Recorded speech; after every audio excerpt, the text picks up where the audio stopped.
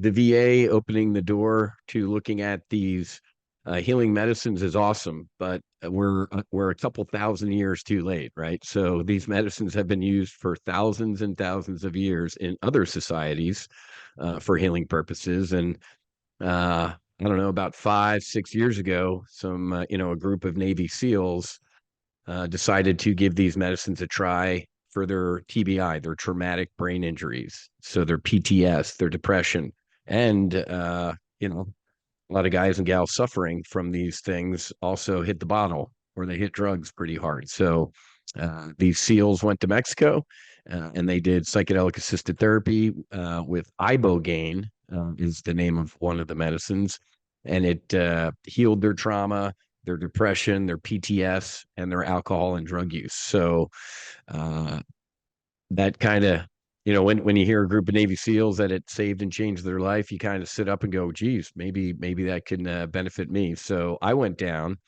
to Mexico in 2020.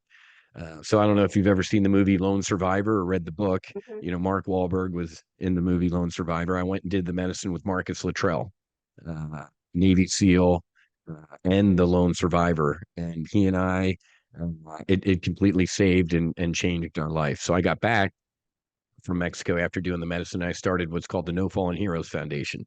So we are pushing the VA, we are pushing our uh, lawmakers to allow these medicines to be used for therapeutic use, not for recreational at all.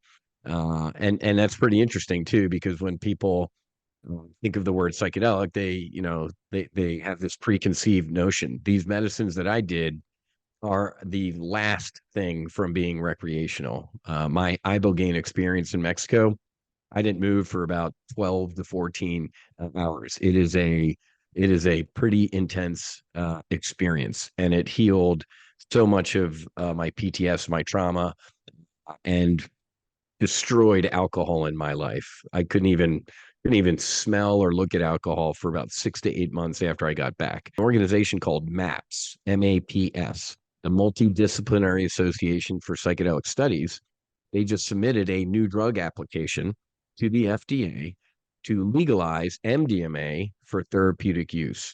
So the most recent phase 3 trials with MDMA took people who have horrible PTS and was actually called non-treatable, which in my mind means these people are beyond, repair type of thing. They took people with non-treatable PTS, and 63% in one study and 71% in another phase 3 study after doing the MDMA therapy show zero signs of PTS. They technically are clinically healed, which is just absolutely incredible. If it was 20% or 25 or 30, you'd be like, wow, that's great.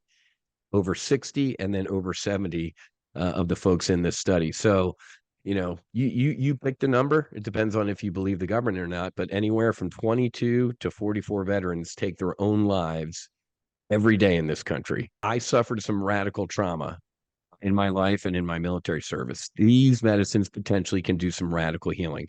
I tell people there are so many different ways to heal: meditation, breath work, yoga, climbing to a mountain in Tibet or something. I don't know. There are so many ways to potentially heal.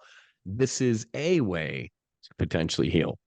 You'll never hear me say this is for everybody and everybody needs to do this. The exact opposite. And all the military women and men that, veterans that we've helped heal, we treat this as a combat mission. This isn't something like, hey, we're just going to get together and do this. There are phone calls before, there are briefings. You read, you research, you go into the medicine with intentions. Hey, I have 5 intentions for the medicine.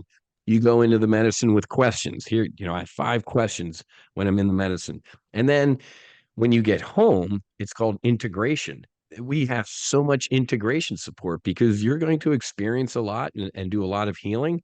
And when you get home, it can be a little challenging. We call it work. You're going to have to put in some work when you get home because it's going to potentially rewire your brain and everything about you. And if you don't have a support system, it can be challenging. So in no way am I implying that, hey, this is a magic pill, you take it and everything's great. There's work involved, but with anything worthwhile, you're going to have to put in a little bit of work too.